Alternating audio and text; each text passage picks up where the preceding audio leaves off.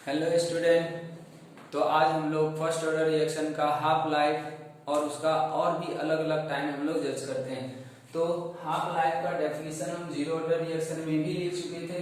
तो किसी भी रिएक्शन के लिए डेफिनेशन तो चेंज नहीं होगा, लेकिन हाँ उसका एक्सप्रेशन जरूर चेंज होगा। तो यहाँ पे हम लोग हाफ लाइफ और लाइफ टाइम की बात करते हैं। तो पहले हम लोग इसका लाइफ टाइम निकालते हैं। लाइफ टाइम सबको पता होगा कि लाइफ टाइम का डेफिनेशन बताया गया था कि ये एक ऐसा टाइम होता है जिस टाइम के बाद रिएक्टेंट घट के जीरो हो जाए, मतलब रिएक्शन खत्म हो जाए। तो हम लोग जीरो ऑर्डर रिएक्शन में देखे थे कि उसका A0 अपॉन K था। अगर रिएक्टेंट का ये कोएफिशिएंट 1 रहा होगा तब की बात हम कर रहे हैं, ठीक है। तो लाइफ टाइम बराबर हम लोग अब यहाँ पे क्या लिख सकते हैं, तो लाइफ टाइम का डेफिनेशन अभी भी वही रहेगा, लेकिन अगर हम एक्सप्रेशन की बात करें तो हम लोग यहाँ पे लिख सकते हैं कि फॉर फर्स्ट ऑर्डर रिएक्शन के केस में हम लोग एक ऐसा एक्सप्रेशन देखे थे एक्सपोनेंशियल वाले फॉर्म में। at बराबर था A0 into e to the power minus kt। हम एक्सप्रेशन सभी का लिख चुके थे, सभी लोगों को याद ही रखना था, उसी का हम लोग यहाँ पे यूज कर रहे हैं। अब बताएं, अगर हम लोग लाइफ टाइम की बात करते हैं तो लाइफ टाइम का मतलब क्या हम लोग बोलते हैं कि at क्या हो जाना चाहिए, जीरो हो जाना चाहिए। at क्या होना चाहिए हमारा, जीरो हो जाना चाहिए, घट के जीरो हो जाना चाहिए। तो एक तो हम यहाँ से भी जज कर सकते हैं, या आप ऐसे सोचिए कि अगर आप 80 को जीरो पुट करते हैं तो टाइम आपका कितना आएगा। जैसे देखिए हम लोग करते हैं क्या, 80 बराबर जीरो पुट करते हैं तो यह आ जाएगा A0 into e to the power minus k into t के जगह पे क्या हम लोग TLT रख सकते हैं क्या, क्योंकि TLT रखेंगे तभी 80 का वैल्यू जीरो हो सकता है। तो अगर आप यहाँ से देखें इसको माइनस ऑफ के इंटू LT का मतलब लाइफ टाइम लिखा हुआ, ठीक है। तो ये भी जीरो आएगा, क्योंकि जीरो में A0 को डिवाइड कर देंगे जीरो ही आ जाएगा। अब अगर हम लोग यहाँ से देखें कि अब सोचिए कि इस टाइम का कितना वैल्यू रखा जाए ताकि इधर भी और इधर भी जीरो आ जाए। इसका मतलब यहाँ से आपको ये लगेगा, ऐसे तो आप इसको लॉग लेके भी सॉल्व कर सकते हैं, बट अगर आप डायरेक्टली भी समझना चाह रहे हैं कि हम लोग टाइम का यहाँ पे क्या वैल्यू रखें ताकि ये एक्सप्रेशन भी क्या हो जाए, जीरो को टेंड करे, तो ये TLT जो होगा टेंस टू इन्फिनिटी आएगा। इन्फिनिटी नहीं बल्कि टेंस टू इन्फिनिटी हम लोग इसको लिखते हैं, ठीक है। इसका ये मतलब हुआ कि जो लाइफ टाइम होता है फर्स्ट ऑर्डर रिएक्शन के लिए वो डिफाइन नहीं होता, मतलब डेफिनिट वैल्यू कुछ नहीं होता है। तो हम यहाँ पे पहले यही लिखेंगे, that is life time for first order reaction is not defined, that is have not a definite value। मतलब 2 सेकंड 10 सेकंड ऐसा कुछ नहीं आएगा, इनफाइनाइट आ रहा है। इनफाइनाइट का कोई मतलब नहीं होता, उतना टाइम हम लोग जज नहीं करते हैं, ठीक है। तो ये हमारा आ गया एक चीज। अब यहाँ से एक चीज और समझना होगा आपको कि क्या कोई भी फर्स्ट ऑर्डर रिएक्शन 100% कंप्लीट हो रहा है या नहीं हो रहा है। तो हम लोग यहाँ पे ये बोलते हैं कि जब t टेंस टू इन्फिनिटी आ रहा है, इसका मतलब जब तक ये टाइम आएगा नहीं तब तक at का वैल्यू एग्जैक्ट जीरो होगा नहीं। इसीलिए हम लोग कहते क्या है कि फर्स्ट ऑर्डर रिएक्शन कभी भी कंप्लीट नहीं होता है, 100% कंप्लीट नहीं होता है। तो यहाँ से एक पॉइंट और हम लोग यहाँ से लिख सकते हैं कि first order reaction never complete 100%, if 99.9% completed, then we assume, अगर ऐसा होता है तो ये 99.99 चला जाएगा, लेकिन ये कभी 100 नहीं हो सकता। तो हम लोग के क्वेश्चन में कभी ऐसा भी आ सकता है 99.9% अगर कंप्लीट होता है तो उसको हम एज्यूम कर लेते हैं। क्या लिख रहे हैं यहाँ पे, एज्यूम 100% कंप्लीटेड, ये एक एजम्पशन हम लोग लेते हैं, ठीक है। 100% कंप्लीटेड। ठीक है, तो इससे ये बात भी पता चल रहा है कि थ्योरेटिकली हम लोग क्या कर सकते हैं, इसका हाफ लाइफ तो ऐसा मान सकते हैं, लेकिन प्रैक्टिकली ये पॉसिबल नहीं होता। ठीक है, हम लोग 99.9% वाले को ही कंप्लीट मान लेते हैं। ठीक है, और यहाँ से चीज और भी आपको पता चल रहा होगा कि यहाँ पे इनिशियल कंसंट्रेशन वगैरह नहीं आता है, तो ये पॉइंट और भी हम लोग क्लियर करते हैं। तो ये हम समझते हैं लाइफ टाइम सबको समझ में आ गया होगा, इसका कोई बहुत ज्यादा इंपॉर्टेंस नहीं होता, बस आप ये जो लैंग्वेज लिखा गया ना आप इसको याद रख सकते हैं, ये सभी यूज कर सकता है पहचानने के लिए, लेकिन इसमें और भी बहुत सारा रिएक्शन आ जाएगा, तो ये ऑर्डर भी निकालने में काम नहीं आ पाएगा आपको, क्योंकि बाकी रिएक्शन में भी हम लोग देखेंगे तो सबके लिए यही अब आने वाला कंप्लीट होने वाला जो रिएक्शन होता है वो एक जीरो ऑर्डर रिएक्शन होता है या वन के बाद छोटा रिएक्शन, मतलब ऐसा कर सकते हैं कि जिसका ऑर्डर जीरो हो जाए, ठीक है, या हम ऑर्डर का रेंज लिख रहे हैं लेस देन वन हो जाए, वही रिएक्शन क्या होगा, कंप्लीट होगा, वही रिएक्शन क्या होता है, कंप्लीट हो पाएगा। बाकी उसके बाद कोई भी रिएक्शन कंप्लीटेड नहीं होता है, मतलब वैसा रिएक्शन जिसका ऑर्डर क्या हो जाए, जीरो हो जाए या फिर एक से छोटा हो जाए, ठीक है, वैसा रिएक्शन 100% कंप्लीटेड होगा। बाकी इसके बाद वाले ऑर्डर का कोई भी रिएक्शन आपको कंप्लीट होता हुआ नहीं दिखेगा, चाहे वो फर्स्ट हो, सेकेंड हो, थर्ड हो, कोई भी रिएक्शन आपको 100% कंप्लीशन में नहीं जा पाएगा। तो आप ये बात को ध्यान रख सकते हैं कि थ्योरेटिकल हाफ लाइफ अगर कोई पूछता है तब तो हम लोग इन्फिनिटी बोलेंगे, लेकिन प्रैक्टिकल ये टाइम कैलकुलेट कर पाना मुश्किल होता है, इसीलिए हम लोग बोलते क्या है कि first order reaction maximum complete होगा 99.999 हो जाए, लेकिन ये कभी भी 100 नहीं हो सकता। तो जब रिएक्शन हमारा इतना परसेंट कंप्लीट हो जाएगा तो हम ये मान लेते हैं कि चलो अब ये रिएक्शन पूरी तरह से खत्म हो गया है, एज्यूम किया गया है, एक्चुअल में वो कभी भी 100% को अचीव नहीं कर पाएगा। तो हम समझते हैं ये life time first order reaction का सभी को क्लियर हो गया होगा। अब हम लोग आते हैं इसके हाफ लाइफ के एक्सप्रेशन के ऊपर। अब देखें हाफ लाइफ निकालना था या कोई भी अगर टाइम निकालना हो, ये तो मान लीजिए यहाँ से निकाल सकते थे तो निकाल दिए, नहीं तो हम लोग इंटीग्रेटेड रेट लॉ ही यूज करते, ठीक है। तो हाफ लाइफ भी निकालने के लिए हमें क्या करना है, इंटीग्रेटेड रेट लॉ ही यूज करना, किसी भी तरह का टाइम निकालना है। तो अब देखें हाफ लाइफ का हम लोग कैसे एक्सप्रेशन निकालेंगे, तो ये हो जाएगा हाफ लाइफ। हाफ लाइफ को कैसे कैसे लिखा जाता था, या तो इसको हम लोग फ्रैक्शन में 1/2 लिखते हैं, या परसेंटेज में हम लोग कितना लिखते हैं 50%।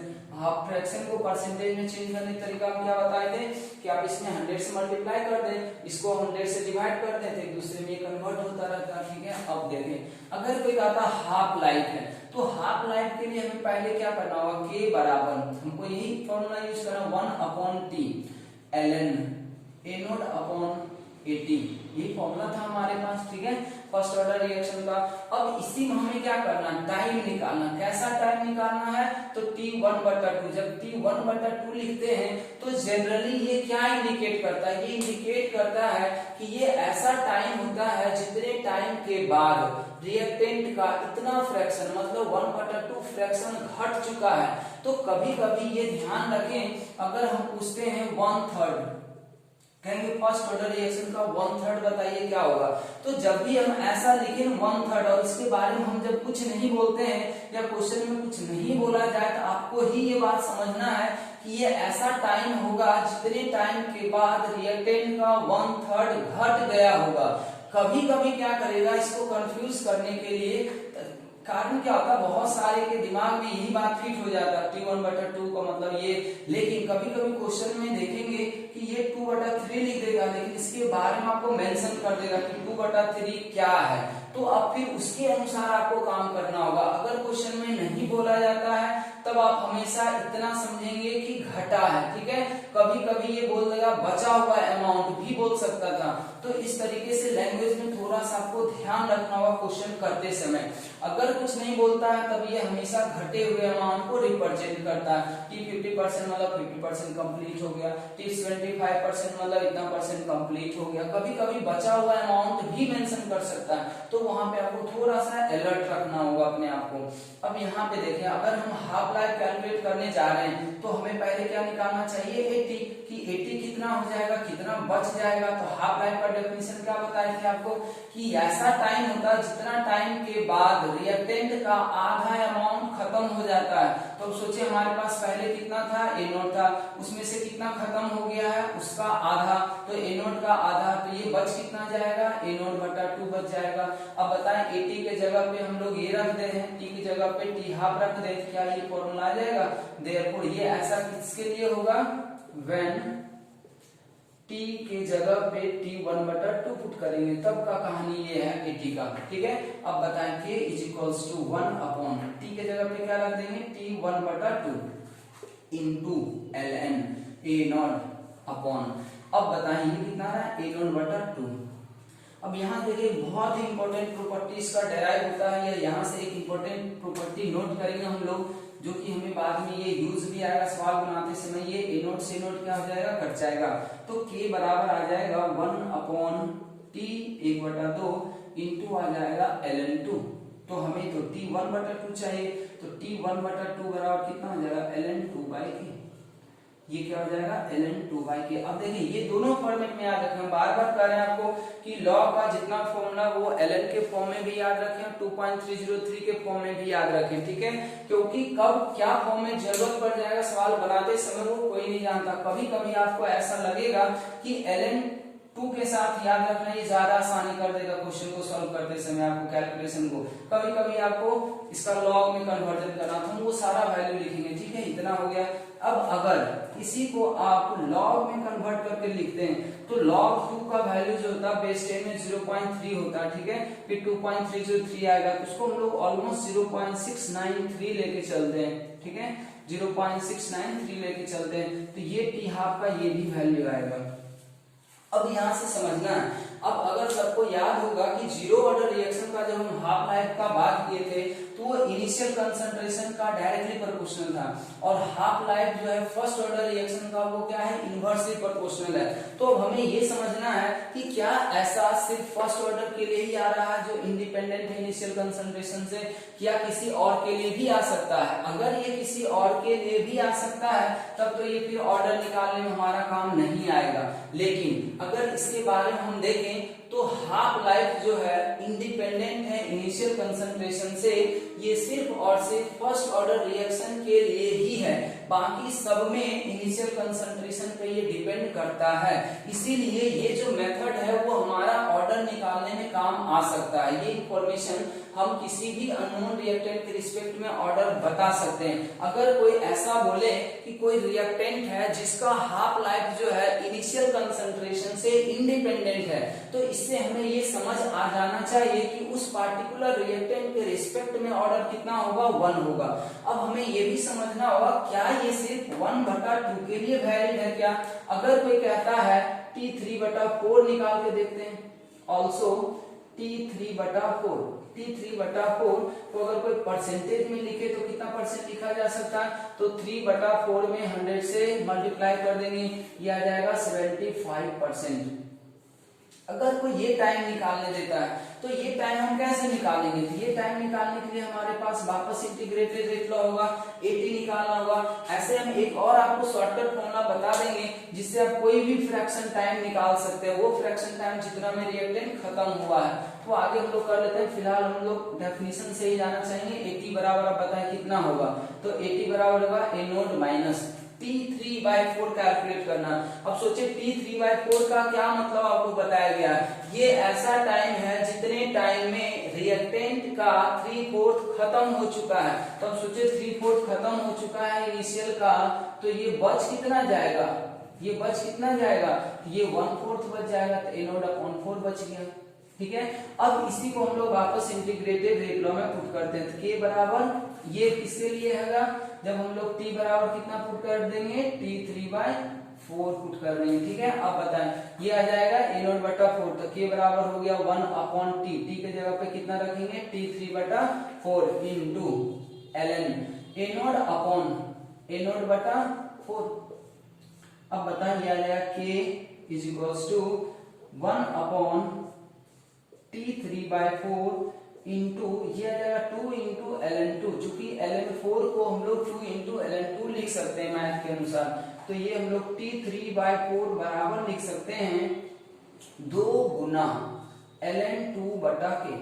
2 गुना ln2 बटा k। अब बताएं ln2 को हम लोग ln2 बटा k को क्या बोलते हैं हम लोग, ln2 बटा k को हम लोग क्या बोल रहे हैं, t3/4 बराबर हो जाएगा 2 गुना, इसको क्या हम लोग हाफ लाइफ बोल सकते हैं क्या, क्या ये सबको दिख रहा है यहाँ पे, नहीं तो हम ऊपर भी लिख देंगे। ये फाइनल जो रिलेशन आया वो इतना आ रहा, सभी लोग देख लें, t1/2। ये भी एक बहुत इंपॉर्टेंट पार्ट है, या इसी को कोई ऐसे भी लिख सकता है t75% बराबर 2 गुना t50%। क्या ये रिलेशन सिर्फ फर्स्ट ऑर्डर के लिए है, तो जी हाँ, ये सिर्फ और सिर्फ किसके लिए है, ओनली फॉर फर्स्ट ऑर्डर। ये रिलेशन आपको सिर्फ किसमें दिखेगा, फर्स्ट ऑर्डर में दिखेगा। अब देखिए यहाँ से ये सब पॉइंट जो है ना वो रिएक्शन के ऑर्डर निकालने में काम आएगा। अननोन जब भी ऑर्डर दिया हो जाएगा तो वहां पे ये कोई भी एक इंफॉर्मेशन यूज कर सकता है जिससे आपको पता चल जाएगा उस रिएक्टेंट के रिस्पेक्ट में ऑर्डर क्या है। तो ये सब पॉइंट ध्यान रहे। जैसे देखिए यहाँ पे इसको हम लोग, ये तो मैथमेटिकली सबको याद होगा, लेकिन इसको जब लैंग्वेज में यूज करेगा बहुत लोग इसको यूज नहीं कर पाते, इसलिए लैंग्वेज में इसको हमें समझना होगा कि ये क्या कहना चाह रहा है। ये कहना चाह रहा है कि फर्स्ट ऑर्डर रिएक्शन को आधा कंप्लीट होने में जितना टाइम लगेगा, ठीक है, तो 75% कंप्लीट होने में कितना टाइम लगेगा, तो उसी का डबल लगेगा। अब इसको आप लैंग्वेज में याद रखें, ये बहुत जगह क्वेश्चन में मेंशन रहेगा। अब मान लिया ऐसे करके हम लोग इनिशियल रेट मेथड से भी निकालते हैं ऑर्डर, ठीक है, ऐसा दे देगा a + b change to product. अब कहेगा क्या, a और d के बीच में आपको ऑर्डर निकालना। इसका मान लीजिए क्वेश्चन में ऑर्डर नहीं दिया हुआ, तो ऑर्डर निकालने के लिए हम बार बार कहते हैं कि आपको कोई भी इंफॉर्मेशन वो दे सकता है पार्टिकुलर रिएक्टेंट के रिस्पेक्ट में। हाफ लाइफ का इंफॉर्मेशन दे सकता है, उसके ग्राफ का इंफॉर्मेशन दे सकता है, ठीक है। तो यहाँ भी यही हम लोग कह रहे हैं, कहेगा क्या कि B के कंसंट्रेशन को आधा होने में जितना टाइम लगता है, B के कंसंट्रेशन को आधा होने में जितना टाइम लगता है, और उसी रिएक्टेंट के 75% कंप्लीट होने में उसका डबल टाइम लगता है। जैसे ही इतना बात बोलेगा तो हम समझ जाएंगे कि इसका मतलब है कि बी किस ऑर्डर को फॉलो कर रहा है, फर्स्ट ऑर्डर रिएक्शन को फॉलो कर रहा है। तो पहला बात तो यहाँ से यही इंपॉर्टेंट है कि t75% बराबर होगा 2 × t50%। और इसको हम लैंग्वेज में कैसे याद रखेंगे, तो 50% रिएक्शन कंप्लीट होने में जितना टाइम लगेगा उसका दुगना टाइम में उसी रिएक्टेंट का 75% कंप्लीट हो जाएगा। इस चीज को आप लिख लें, ठीक है, इसको याद भी रखना है, नहीं तो हम यहाँ पे लिख भी दे रहे हैं, इसको ध्यान से याद रखें सभी लोग। ये बहुत इंपॉर्टेंट पॉइंट होगा हमारे लिए, ये सब का सब ऑर्डर निकालने में काम आएगा। जब क्वेश्चन में ऑर्डर मेंशन नहीं करता है तो इसका मतलब ये हुआ कि for a first order reaction time required to complete 75% must be equal to 2 times of t50%, ठीक है। एक तो इसको आप याद रखें, ठीक है। ये सब अगर लैंग्वेज में लिखा हुआ था वो समझ में आ जाना है। ये सब 50% का अगर डबल है 75% का टाइम, इसका मतलब वो कौन सा रिएक्शन रहा होगा, फर्स्ट ऑर्डर रहा होगा। एक दूसरा बात यहाँ से ये पता चल रहा है कि कोई भी फ्रैक्शन या कोई भी परसेंट कंप्लीट होने में जो टाइम लगेगा फर्स्ट ऑर्डर रिएक्शन का वो क्या होगा, फिक्स होगा, मतलब उसका इनिशियल कंसंट्रेशन से कोई लेना देना नहीं है। अब इसको हम कैसे समझ रहे हैं, या बात हमारे दिमाग में क्यों आया है, ठीक है, तो वो हम एक्सप्रेशन जब निकाल रहे हैं तभी आ रहा है। अब देखिए टी हाफ निकाले, मतलब कितना फ्रैक्शन कंप्लीट हुआ, 1/2 फ्रैक्शन कंप्लीट हुआ, वैल्यू कितना आ गया, ln2/k आया, इनिशियल कंसंट्रेशन है क्या, वहां नहीं है। अब t3/4 निकाले कितना आ रहा है, 2 × ln2/k आ रहा है, इसका मतलब यहाँ भी इनिशियल कंसंट्रेशन नहीं है। t75% भी निकाले, नहीं आ रहा है, इसका मतलब तो यही हुआ ना कि फर्स्ट ऑर्डर रिएक्शन का कोई भी फ्रैक्शन कंप्लीट हो जाए, ठीक है, तो वो फ्रैक्शन जो होगा, कंप्लीटेड फ्रैक्शन जो होगा, इनिशियल अमाउंट पे डिपेंड नहीं करेगा। मतलब हम ये कहना चाह रहे हैं कि अगर कोई कहता है कि ए से प्रोडक्ट है, ध्यान से समझे इस बात को, मैं एग्जाम्पल के थ्रू समझा रहे हैं, फिर उसको लिखेंगे। अगर ए से पी कोई भी ये रिएक्शन दिया हुआ, किस ऑर्डर का है, ये फर्स्ट ऑर्डर रिएक्शन है, किस ऑर्डर का, ये फर्स्ट ऑर्डर रिएक्शन है। अब सोचें कोई एक ही सेम रिएक्शन है, एक कोई क्या करता है, इसको 2m से शुरू करता है इनिशियली, ठीक है, तो मान लीजिए इसका हाफ लाइफ कितना आ गया, 2 मिनट आ गया, ऐसा मान ले, ठीक है, इसका 2 मिनट आ गया। फिर कोई कहता क्या इसी रिएक्शन को, रिएक्शन से भी रखना, कोई कहेगा क्या हम तो शुरू किए थे रिएक्शन को कितने में, 10 मोल पर लीटर से लेके, तो इसका आधा होने में कितना टाइम लगेगा, तो ये भी कितना टाइम लगेगा, 2 मिनट ही लगेगा। या तो आप इसको सीधा सीधा ऐसे याद रखें, क्योंकि हाफ लाइफ पूछा जा रहा, आधा होने में कितना टाइम लगेगा, तो 2 मिनट लगेगा। क्यों हम ऐसा बोल रहे हैं, क्योंकि हाफ लाइफ जो होता है इनिशियल कंसंट्रेशन से इंडिपेंडेंट होता है। आप सेम रिएक्शन का इनिशियल कंसंट्रेशन कुछ भी लेके स्टार्ट क्यों ना करें, एक बार जितना हाफ लाइफ आया है उतना ही टाइम में वो घट जाएगा। अब देखिए यहाँ से ये बहुत इंटरेस्टिंग बात है कि 2m से 1m होने में 2 मिनट लगा, तो अगर कोई 50m भी ले लेना तो 50m से भी 25m होने में कितना टाइम लगेगा, 2 ही मिनट लगेगा। अब सोचे कोई ऐसा भी कर सकता था कि T3/4% कंप्लीट होने में 2 मिनट लगता है, T3/4% कंप्लीट होने में कितना मिनट लगता है, 2 मिनट लगता। कब, जब इनिशियल कंसंट्रेशन कितना है, 1m है, ये सॉरी 2m है। जब हम इसी रिएक्शन का इनिशियल कंसंट्रेशन 2m लेके शुरू करते हैं तो इसका 75% कंप्लीट होने में कितना मिनट लग गया, 2 मिनट लग गया। अब कहेगा क्या कि सेम रिएक्शन का अगर हम इनिशियल कंसंट्रेशन 6m से स्टार्ट करते हैं तो बताइए कि 6m का 75% कंप्लीट होने में कितना टाइम लगेगा, तो भी हम कितना मिनट बोलेंगे, 2 ही मिनट बोलेंगे। तो ये सब ऑब्जेक्टिव सवाल में आपको यूज करना पड़ सकता है, इसीलिए हम यहाँ पे ये बात लिखेंगे भी कि ये भी एक हमारे लिए बहुत इंपॉर्टेंट पॉइंट है कि फॉर फर्स्ट ऑर्डर रिएक्शन ये सब प्रॉपर्टीज बहुत इंपॉर्टेंट होता है ऑर्डर पहचानने के लिए, ये सब ध्यान रखें, या न्यूमेरिकली बनाने में भी हमारा कभी कभी काम आएगा। For first order reaction time required to complete any fraction or percent is independent from initial concentration of reactant के इनिशियल कंसंट्रेशन से ये क्या हो जाएगा, इंडिपेंडेंट हो जाएगा। अब सोचे एक तो कोई भी टाइम निकालने की तरीका, ठीक है, और एक और हो सकता है, ये शॉर्टकट मेथड है, इसको आप ध्यान से देखना चाहें तो देख लें। T% हम लोग निकाल सकते हैं या T फ्रैक्शन। अब देखिए हम यहाँ पे क्या लिख रहे हैं, T फ्रैक्शन, T क्या होगा, फ्रैक्शन, इससे हम डायरेक्ट भी निकाल सकते हैं।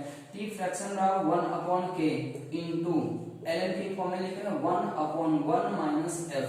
अगर ये फॉर्मूला आप डायरेक्ट याद रख ले तो आपको कोई भी परसेंट कंप्लीट होने का ये परसेंट निकालना हो तो यहाँ हम लोग क्या करेंगे, Tx परसेंट का क्या मतलब हो जाएगा, 1/k इंटू ln 100/100 - x। अब ये फॉर्मूला में ध्यान रखें, ये कंप्लीट होने का टाइम है, ठीक है। T क्या है, यहाँ हम लिख दे रहे हैं, Tf क्या है, तो टाइम रिक्वायर्ड टू कंप्लीट। ये फॉर्मूला लगाते समय इस वर्ड का ध्यान दें, इस फॉर्मूले से आपको जो टाइम आएगा वो कंप्लीट होने वाला टाइम आएगा, to complete f fraction of reactant.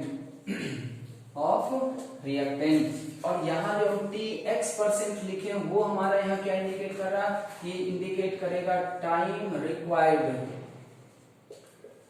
Required to complete X% of reactant. अगर आप ये दोनों शॉर्टकट फॉर्मूला याद रखते हैं तो आपको बहुत जल्दी से भी सवाल बन सकता है। जैसे देखें कोई कहता है क्या 75% कंप्लीट होने में कितना टाइम लगेगा, हम एक यहाँ पे क्वेश्चन के फॉर्म में लिखते हैं, इसको जल्दी से आप लोग लिख लें, इसको निकाल दे रहे हैं। इस पॉइंट को समझने के लिए हम और एक सवाल दे रहे हैं आपको छोटा सा, ये लिख दिया, to complete F fraction of reactant. चलें अब जैसे देखिए इसको हम कैसे यूज करेंगे, बहुत ऐसा सवाल मिलेगा आपको कि बताइए कि फर्स्ट ऑर्डर रिएक्शन के 75% होने में कितना टाइम लगेगा। बच्चे क्या करते हैं कि इनिशियल जो हम लोग पढ़े हैं t बराबर या k बराबर 1/t ln a/80, तो वो क्या करेंगे, पहले अपने मन से इनिशियल मानेंगे, 100 करेंगे, फिर उसका 75 लेंगे, फिर बचा हुआ निकालेंगे, फिर पुट करेंगे, तब आएगा। उतना करने की जरूरत ही नहीं है। कारण क्या है कि जब हम ये देख चुके हैं कि कोई भी फ्रैक्शन आप कंप्लीट कराओ, इनिशियल कंसंट्रेशन आप 100 मानो, x मानो, 100, ये 110 मानो, 80 मानो, कुछ भी मान लो, वो कुछ आने वाला यहाँ पे है नहीं, फाइनल वो सब कट जाएगा, एक्सप्रेशन आपको यही दिखेगा। तो हम लोग सीधा सीधा क्या करते हैं, जैसे मान लिया हम ऐसा लिखते हैं, right the expression of T75% for a first order reaction, या ऐसे कर दें इसको T60% कर देते हैं, T60। अब देखिए T60% बोला, इसका मतलब हमें खुद से ही समझना होगा कि ये 60% कंप्लीट होना है, बचा हुआ नहीं है, ये क्या है, कंप्लीट होना है, क्योंकि हम एक्स्ट्रा वर्ड कुछ यूज नहीं किए।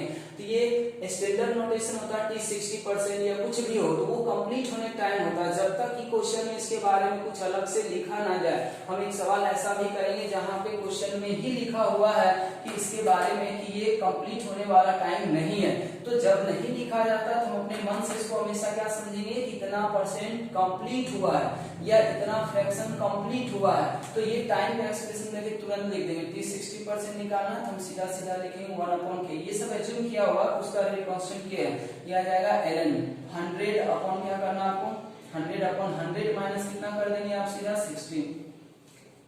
ठीक है, तो अब देखते हैं ये आ गया सीधा 1/k ln 100 हम कितना कर देंगे यहाँ पे 40, 100 कितना कर देंगे आप 40। तो इसको सॉल्व कर दें तो ये आ जाएगा आपका T60%।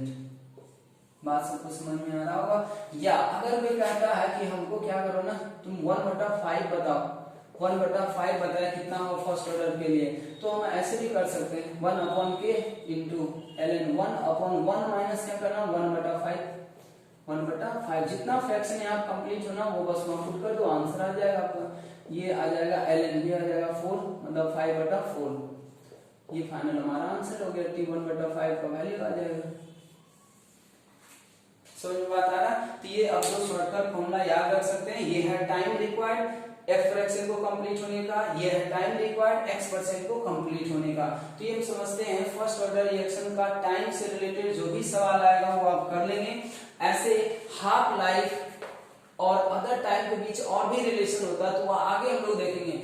फिलहाल आप एक याद रख सकते हैं T75% और हाफ लाइफ मतलब 50%, ये ज्यादा यूज किया जाता है। ऐसे हम लोग 99.9% में भी देखेंगे, 87.5% के बीच भी देखेंगे रिलेशन, तो हम लोग बाद में एक जगह पे और लिखेंगे। फिलहाल आप ज्यादा फोकस करेंगे हाफ लाइफ और 75% के बीच में। और हाफ लाइफ का यूज कैसे कैसे करना, तो हाफ लाइफ का यूज या तो आपको के निकालने में हो सकता है, रेट कांस्टेंट जब निकालना पड़े तो हाफ लाइफ का यूज कर सकते हैं अगर दिया हुआ है तो। और ये फॉर्मूला आप याद रख लें तो आपसे कोई भी टाइम पूछेगा तो बहुत तेजी से आंसर कर सकते हैं। नहीं तो आप इंटीग्रेटेड रेट लॉ लगाएंगे, फिर उसमें इनिशियल मानेंगे, फिर उसमें घटाएंगे, फिर रखेंगे, तब जाकर आंसर आएगा। जबकि यहाँ पे डायरेक्ट वहां सारा चीज किया हुआ, जितना परसेंट यहाँ दिया हुआ 100 में उसको माइनस कर दें, यहाँ आ जाएगा। क्योंकि इनिशियल कंसंट्रेशन से ये इंडिपेंडेंट होता है इसीलिए हम ऐसा यहाँ पे कर पा रहे हैं। तो ये हमारा टाइम से रिलेटेड पार्ट हो गया इसका खत्म। अब हम लोग जितना भी एक्सप्रेशन किए थे उन सबका हम लोग ग्राफ देते हैं, जिसको पहले जल्दी से लिख लें, फिर हम वो सारा इक्वेशन लिखेंगे ताकि एक बार आपको रिवाइज भी हो जाए। फिर उन सारे इक्वेशन का हम लोग ग्राफ ड्रॉ करेंगे, इसको जल्दी से नोट कर लें। अब देखें फर्स्ट ऑर्डर रिएक्शन से रिलेटेड ग्राफ। हम पहले जीरो ऑर्डर में भी एक चीज बताए थे कि ग्राफ जो होगा किसी भी ऑर्डर रिएक्शन का वो एक्चुअली हमारा ऑर्डर निकालने में ही काम आता है। ठीक है, तो ऑर्डर निकालने का ये मेथड भी बनता है, इसलिए यहाँ पे जितना भी ग्राफ बताया जा रहा है, ठीक है, उसको ध्यान रखें। और अगर ग्राफ से रिलेटेड कभी भी ये ऐसा इंफॉर्मेशन दे रहा है आपके क्वेश्चन में कर्व का नेचर बता रहा है, तो उसे आप प्रिडिक्ट कर सकते हैं कि ये जीरो ऑर्डर रिएक्शन या फर्स्ट ऑर्डर रिएक्शन है या कोई अदर रिएक्शन है। फिलहाल तो अभी हम जीरो और फर्स्ट पे फोकस कर रहे हैं, बाद में हम लोग nth ऑर्डर रिएक्शन पढ़ेंगे, उसमें 2 भी आ जाएगा, 3 भी आ जाएगा, 4 भी आ जाएगा। हम लोग जल्दी से इसको ग्राफ ड्रॉ करते हैं। जैसे मान लीजिए अगर आपके पास पहला ग्राफ अगर कोई पूछता है कि रेट और कंसंट्रेशन के बीच में बताइए क्या ग्राफ होगा, ये कंसंट्रेशन है, ये कंसंट्रेशन किसका होगा, रिएक्टेंट का है, कंसंट्रेशन ऑफ रिएक्टेंट हम क्लियरली लिख रहे हैं एक्सिस पे, ये है रिएक्शन का रेट, ठीक है, रिएक्टेंट के कंसंट्रेशन के बीच में ग्राफ। तो अब देखें ग्राफ याद करने का होता नहीं है, ठीक है, आपको बस एक ही चीज करना है कि जिसका ग्राफ आपको दिया जाए या जिसका ग्राफ आपसे पूछा जाए कभी भी सवाल, तो ग्राफ का भी कंसेप्ट क्लियर होना चाहिए, बस आपको कुछ स्टैंडर्ड कर्व पता होना चाहिए। बाकी रूल इसका भी फिक्स है कि जब भी हमें ग्राफ से रिलेटेड कोई भी क्वेश्चन पूछता है या ग्राफ दिया हो या फिर हमें खुद ड्रॉ करना हो, तो उसका तरीका यही होता है कि आप देखिए किसके किसके बीच में ग्राफ पूछा जा रहा है, ठीक है, पहले उन दोनों क्वांटिटी के बीच में एक इक्वेशन प्रिपेयर करें। जब तक आपको इक्वेशन नहीं मिलेगा तब तक आप ग्राफ प्रेडिक्ट नहीं कर सकते। तो ये सारा ग्राफ जो कि हम फर्स्ट ऑर्डर रिएक्शन के लिए कर रहे हैं, तो हमें क्या चाहिए, रेट और कंसंट्रेशन। तो हम पहले एक ऐसा इक्वेशन खोजेंगे या सोचेंगे फर्स्ट ऑर्डर रिएक्शन में जिसमें रेट और रिएक्टेंट का कंसंट्रेशन एक दूसरे के साथ रिलेट किया गया हो, तो वो क्या होता है, इंटीग्रेटेड रेट लॉ। तो इंटीग्रेटेड रेट लॉ हम कैसे लिख सकते हैं, ऐसा लिख सकते हैं क्या, देखने। अब सोचिए हम क्या बोले थे, अब इसमें देखें कि R और ये दोनों एक दूसरे के साथ रिलेट हो रहा है, इसमें वेरिएबल R को क्यों माना गया, R को ही वेरिएबल क्यों मानना है, इसलिए मान रहे हैं क्योंकि जैसे जैसे रिएक्शन प्रोसीड करेगा वैसे से रिएक्टेंट का कंसंट्रेशन घटेगा, वैसे से R का भी तो चेंजिंग आएगा, R भी क्या होगा, घटेगा, क्योंकि 1 पावर पे, ठीक है। तो यहाँ पे ये याद रखना है कि ये घटेगा, और सोचना कि आखिर घटेगा कैसे, तो हम लोग इसका ग्राफ बनाएंगे कैसे। तो हम यहाँ से ये देखेंगे कि ये जो R है उसको हम किस एक्सिस पे प्लॉट कर रहे हैं, y एक्सिस पे। इसीलिए हम बोलते हैं जब तक तरीका ध्यान से नहीं समझेंगे तब तक क्वेश्चन गलती होने का चांस रहेगा। अब मान लीजिए होगा क्या, क्वेश्चन इसमें कैसे गलती करते हैं बच्चे। अब क्लास में जनरली कोई भी आपको बताएगा तो रेट को यहाँ ले लेगा, कंसंट्रेशन को यहाँ ले लेगा, आपको एक ऐसा ग्राफ जल्दी से ड्रॉ करके दिखा दिया लोग, तो इसमें क्या होगा, आपके दिमाग में शिफ्ट हो जाएगा, अरे रेट वर्सेस कंसंट्रेशन हमेशा ऐसा ही खींचना। हो सकता है वो कभी एक्सिस को उलट भी दे, यहाँ पे खैर बहुत ज्यादा फर्क नहीं पड़ेगा, लेकिन अगर मान ली एक्सिस को उलट देगा तो फिर से नेचर चेंज हो सकता है। इसीलिए हमेशा अप्रोच पे जाए कि जिसके जिसके बीच ग्राफ ड्रॉ करना, पहले इक्वेशन तैयार करेंगे, फिर देखिए कौन किस एक्सिस पे रखा हो उसको ऐसे नोटेशन देंगे, R y एक्सिस पे इसलिए इसको y देंगे, कंसंट्रेशन किस एक्सिस पे, x एक्सिस पे, बगल में क्या कांस्टेंट इसलिए ये अमोनिया। तो ये हमारा एक स्टैंडर्ड का बन गया y mx का।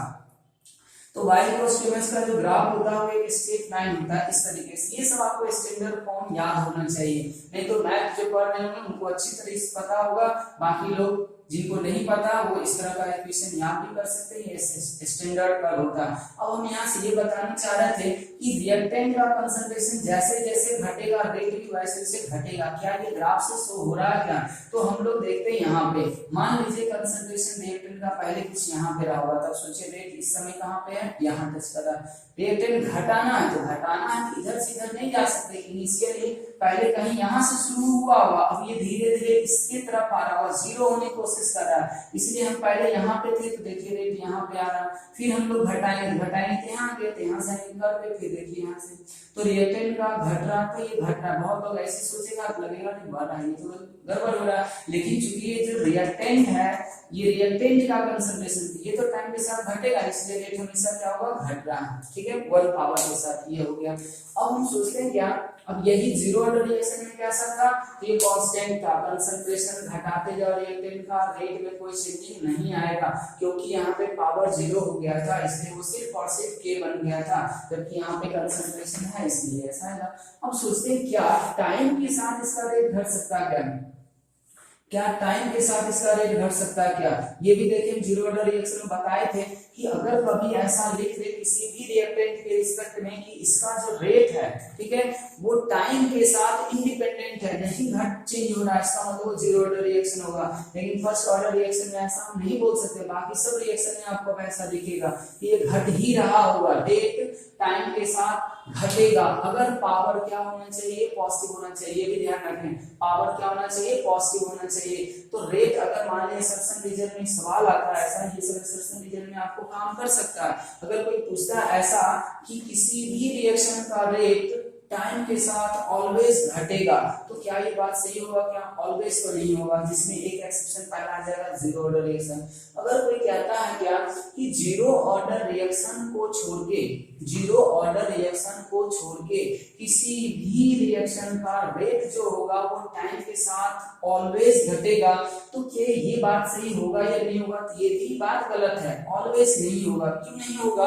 अब सोचें कि r बराबर के a पे पावर 1, ये बात हमेशा तभी सही होगा कि जीरो ऑर्डर को अगर छोड़ दिया जाए। मेरी बात को ध्यान से सुने, अगर हम जीरो ऑर्डर रिएक्शन को छोड़ देते हैं तो जीरो ऑर्डर रिएक्शन को छोड़ के बाकी सारे रिएक्शन का रेट जो होगा वो टाइम के साथ घटेगा, लेकिन ऑर्डर ऑफ रिएक्शन क्या होना चाहिए? पॉजिटिव होना चाहिए। अगर ऑर्डर ऑफ रिएक्शन नेगेटिव आ जाता है तब उस समय उल्टा इफेक्ट पड़ेगा कि कंसंट्रेशन टाइम के साथ घटेगा लेकिन रेट क्या हो जाएगा? बढ़ेगा। तो हम लोग पॉजिटिव ऑर्डर के लिए बात कर सकते हैं कि रेट जो होगा टाइम के साथ हमेशा क्या होगा? घटेगा। ठीक है, वरना ये नेगेटिव ऑर्डर होने के कारण बढ़ भी सकता है। फिलहाल हम फर्स्ट ऑर्डर की बात करें तो रेट वर्सेस टाइम। अब सोचिए क्या यहाँ पे, अब सोचिए रेट और टाइम के बीच में इक्वेशन लाना होगा। अब सोचते हैं कि ये इक्वेशन कैसे आएगा।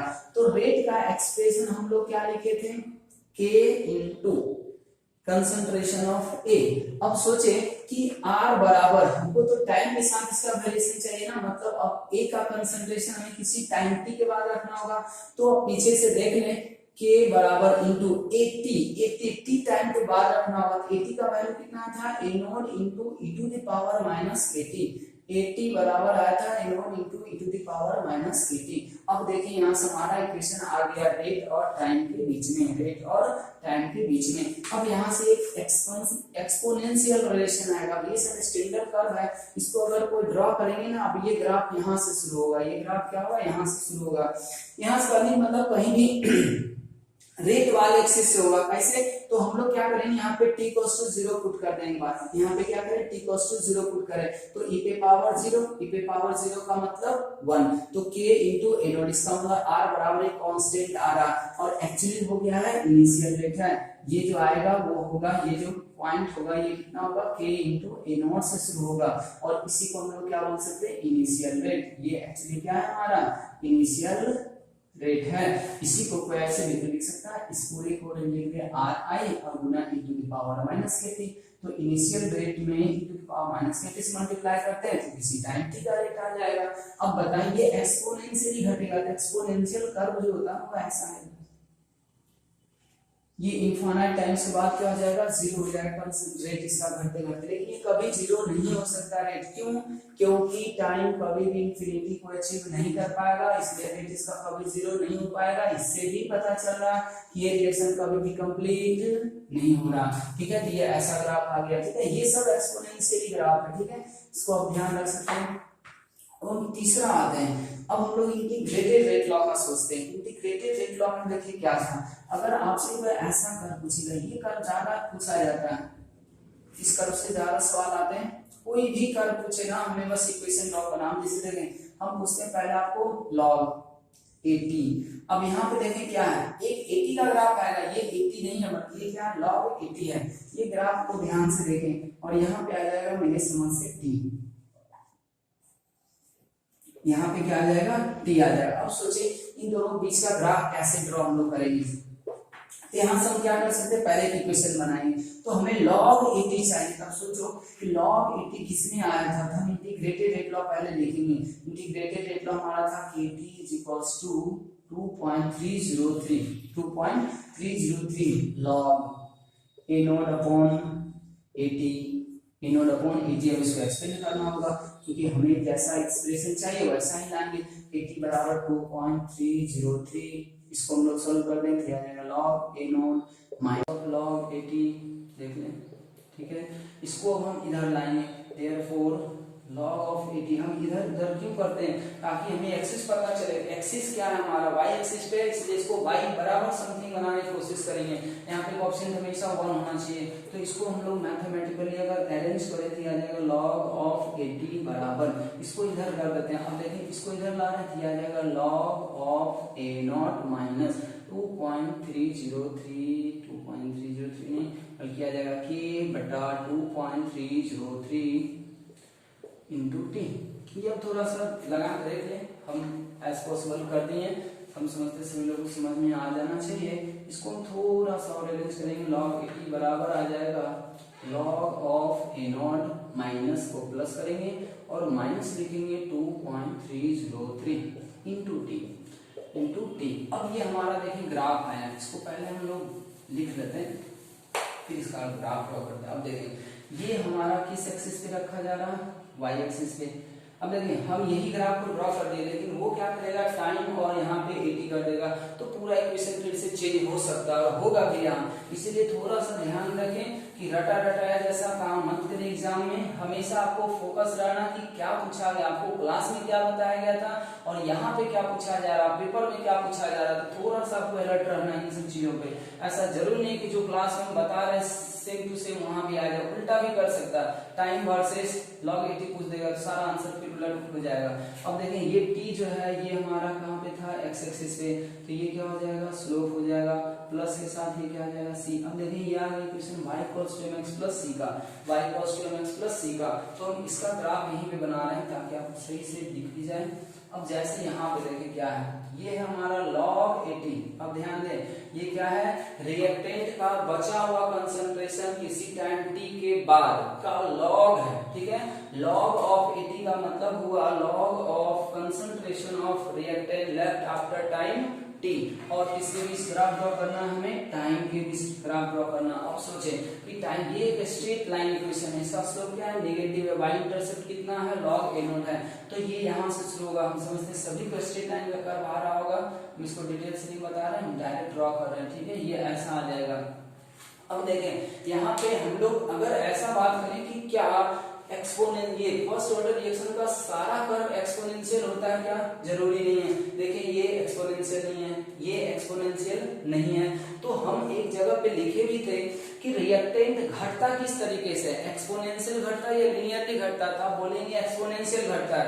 रिएक्टेंट का कंसंट्रेशन टाइम के साथ एक्सपोनेंशियली घटता है, लेकिन अगर कोई ये पूछ दे कि लॉग क्या होगा, उसका घटने का जो लॉग होगा वो क्या होगा, तब बोलेंगे लिनियरली घटता है। इसलिए ये सब वर्ड बहुत इंपॉर्टेंट होता है, जब आप सवाल करेंगे ना तब आपका इंपॉर्टेंस पता चलेगा इन सब चीजों का।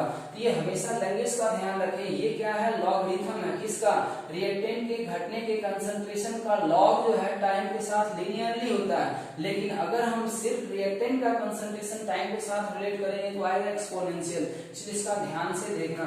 अब ये आ जाएगा स्लोप, स्लोप बराबर क्या हो जाएगा, माइनस के अपॉन 2.303, माइनस के अपॉन 2.303 आ सकता है। और ये वैल्यू अगर कोई पूछे तो ये कितना आ जाएगा, इनिशियल कंसंट्रेशन का लॉग। मैथ में ये सब कंपैरिजन भी करने देता है, ठीक है। मैथ वाले के लिए ये सब चीज बहुत आसान भी लग रहा होगा, ग्राफ दे देगा, कोई इनिशियल कंसंट्रेशन पूछ सकता है, इसका स्लोप निकाल सकते हैं आप, तो उससे के निकल जाएगा, फिर आप इसका हाफ लाइफ निकाल सकते हैं। तो ग्राफ से सवाल सॉल्व करने का बहुत सारा तरीका होता है। जैसे ग्राफ ड्रॉ कर दिया, मतलब ये पॉइंट भी पता चल जाएगा, ये भी खत्म होगा क्या, ये खत्म हो रहा है क्या, मेरे समझ से कट जाएगा पॉइंट। देख लें आप, ड्रॉ करके देख लें, कोई भी 80 बराबर 0 पुट कर दें, log 80 को 0 पुट कर दें, चूंकि x एक्सिस है, y इक्वल 0 होगा, तो यहाँ सब सॉल्व करेंगे तो t का कुछ पार्टिकुलर वैल्यू मेरे समझ से आएगा। इसका मतलब ये हुआ कि अगर ये पॉइंट आपको पता चल जाए तो क्या आप इसका स्लोप नहीं निकाल सकते, स्लोप को किससे इक्वेट कर देंगे, k से, तो रेट कांस्टेंट आ जाएगा। अगर रेट कांस्टेंट आ गया तो क्या आप हाफ लाइफ नहीं निकाल सकते हैं, तो ये ग्राफ से भी हाफ लाइफ निकालने दे सकता है। इसलिए सिर्फ फॉर्मूला पे याद ना रखिए कि ln 2/k आएगा तब तो हाफ लाइफ निकालेंगे, तो k आपको यहाँ से निकलवा सकता है, तो k निकालने के लिए भी ये चीज यूज किया जा सकता है। एक तो ऐसा हुआ। अब देखिए हम बार बार रिपीट करेंगे, टाइम और log 80 यहाँ कर दे तो हो सकता है कि स्लोप चेंज होगा, वो आप चेंज करके देखेंगे तो आपको कुछ न कुछ चेंजिंग जरूर दिखेगा, ठीक है। अब हम यहाँ पे एक और ग्राफ इसी से रिलेटेड ड्रॉ कर दे रहे हैं। ये तो था log का, अगर हम इसी को ln में पूछते तब कहाँ पे चेंज आता, तो चेंज आता स्लोप में, तो चेंज क्या आता स्लोप में, नेचर में कोई चेंजिंग नहीं आएगा। अगर हम लोग ऐसा ग्राफ हमसे पूछते, इसको हम डायरेक्ट लिख देना चाहेंगे ln80। क्या है ये ln80, मतलब रिएक्टेंट के घटने के कंसंट्रेशन का ln लेना है, लॉग नहीं लेना, टाइम के साथ करना। तो इसका भी सारा चीज सेम ही आता है, बस लॉग की जगह पे ln हो जाएगा, बस ये फैक्टर आप हमेशा क्या करें खत्म कर देंगे। तो ये इसका स्लोप जो आएगा आप करके देख लेना, -k अपॉन कितना आ रहा था, ये -k ही आएगा शायद। इसका स्लोप कितना आ जाएगा, -k आ जाएगा। ठीक है, इसका ऐसे इक्वेशन हम यहाँ लिखें तो kt = ln a0 अपॉन 80। ठीक है, तो यहाँ से अगर हम ln की बात करें, ln 80 किया जाएगा ln a0 minus plus minus into T, ऐसा इक्वेशन बन रहा है। अब देखते हैं इसको ड्रॉ करेंगे तो वही चीज आएगा। ठीक है, तो यहाँ से भी स्लोप पूछा जा सकता है। ये ध्यान रखें कौन सा कर्व लीनियर होगा, कौन सा एक्सपोनेंशियल होगा। अगर लॉग लगाते हैं तो वह लीनियर, ln लगा देते हैं तो वो लीनियर। लेकिन अगर हम पूछें कि 80 वर्सेस t बताओ, और ये सब ग्राफ से हमसे क्या कैलकुलेट करवा सकता है, के रेट कांस्टेंट कैलकुलेट करने को दे सकता है। तो ये जल्दी जल्दी सब लोग लिखते जाएं। अब अगर हम बात करते हैं इसका नेक्स्ट ग्राफ, जो भी नंबरिंग रहा हो दे दें, ये है 80 वर्सेस t का। अब देखें दोनों में फर्क हो जाएगा, 80 वर्सेस t का, 80 वर्सेस t का। अब 80 क्या है, रिएक्टेंट का बचा हुआ अमाउंट है। 80 क्या होता है, रिएक्टेंट का बचा हुआ अमाउंट होता है। या सीधा लिख देगा concentration of reactant versus time, concentration of reactant versus time, और लिखता तो ये एक्सपोनेंशियली घटेगा। ये क्या होगा, एक्सपोनेंशियली घटेगा। किस रिलेशन के साथ, तो ये आता था 80 बराबर a0 इंटू e⁻⁻80। ये देख लें एक्सपोनेंशियल है। ठीक है, अगर हम इसी का लॉगरिथम लेते हैं, logarithm of concentration of reactant versus time linear, लेकिन concentration of reactant versus time क्या हो जाएगा, एक्सपोनेंशियल हो जाएगा। तो सारा ग्राफ आप ध्यान से देख लें एक बार, ये ऐसा आ गया। अगर कोई कहता x वर्सेस t, x क्या था, x क्या था हमारा कंसंट्रेशन ऑफ प्रोडक्ट, ये है हमारा रिएक्टेंट का कंसंट्रेशन, कंसंट्रेशन ऑफ रिएक्टेंट है वर्सेस टाइम है। ठीक है, यहाँ पे हम लोग क्या कर सकते हैं, तो आपको x बराबर अगर याद हो, मेरे समझ से इतना आ रहा था एक्सप्रेशन, सभी लोग देख रहे हैं x बराबर क्या होता है, a0 e⁻⁻kt।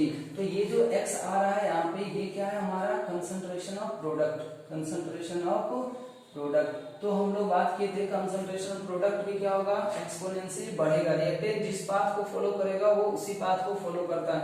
इसका ग्राफ जो आएगा वो इस तरीके से आता है, इसका ग्राफ क्या होगा, कुछ इस तरीके से आएगा। t = 0 पे ये 0 से शुरू होगा।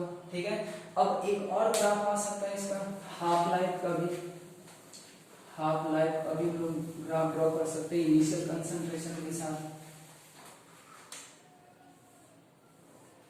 खैर ये तो बहुत आसान है मेरे समझ से, हाफ लाइफ और इनिशियल कंसंट्रेशन, क्या ये डिपेंड करता है, नहीं करता, तो आप ऐसा ड्रॉ कर सकते हैं। ठीक है, तो इस तरीके से और भी ग्राफ हम लोग, एक अल्फा का भी ग्राफ हम ड्रॉ कर सकते हैं, क्योंकि अल्फा का भी एक्सप्रेशन हम लोग लिखे थे।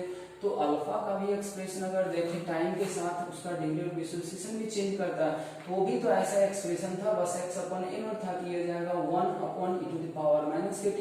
तो नेचर तो वही रहना है ना, नेचर तो वही रहना। और ये मैक्सिमम कहाँ तक जाता है, अल्फा का वैल्यू मैक्सिमम कितना हो जाएगा, 1 तक ही जाएगा, ये लगातार बढ़ता हुआ नहीं जाएगा। तो मोस्ट प्रोबेबल ग्राफ जो हो सकता है फर्स्ट ऑर्डर रिएक्शन में वो इस तरीके का हो सकता है। तो हमारा ये 0 फर्स्ट ऑर्डर रिएक्शन का इंटीग्रेटेड रेट लॉ खत्म हो गया। आप इसका कोई भी टाइम निकाल पाएंगे, फिर उससे रिलेटेड ग्राफ है, ग्राफ का नोटिफिकेशन हमेशा क्वेश्चन में कुछ ना कुछ देगा, उससे आपको आइडिया लगाना है कि ऐसा ग्राफ इन सब क्वांटिटी के बीच में किस ऑर्डर रिएक्शन में आया था, या आप एट द इंस्टेंट उसको ड्रॉ करके देखें किस ऑर्डर रिएक्शन के लिए होगा, तो उससे आपको ऑर्डर के बारे में नॉलेज आ जाएगा। अब इसका हम वापस फिर से क्या पढ़ेंगे, कुछ कैरेक्टरिस्टिक्स पढ़ेंगे, फिर इसका सवाल करेंगे हम लोग। ठीक है, तो थ्योरी में 2 चीज का बच रहा है, एक ही चीज बच रहा है, इसका इंपॉर्टेंट कैरेक्टरिस्टिक्स। कुछ कैरेक्टरिस्टिक्स कर लेते हैं, प्रॉपर्टी करेंगे, ताकि इसका सवाल थोड़ा और हमें आसानी से बने, और 1-2 सवाल बनाने का हम शॉर्टकट भी आपको बताएंगे, तो उससे और सवाल आसानी से बनेगा। चूंकि इसका इंटीग्रेटेड रेट लॉ सॉल्व करना थोड़ा सा डिफिकल्ट होता है, तो हम इंटीग्रेटेड रेट लॉ को बहुत रेयर सिचुएशन में लगाते हैं। ऐसे में बिना इंटीग्रेटेड रेट लॉ लगाने बिना लगाए बनाने की कोशिश करेंगे। वो कैसे करेंगे वो भी हम लोग देखेंगे। तो आज हम लोग यहीं पे खत्म करते हैं इसका ग्राफ तक। उसके बाद हम इसका कैरेक्टरिस्टिक करेंगे, फिर हम लोग सवाल इसका करेंगे।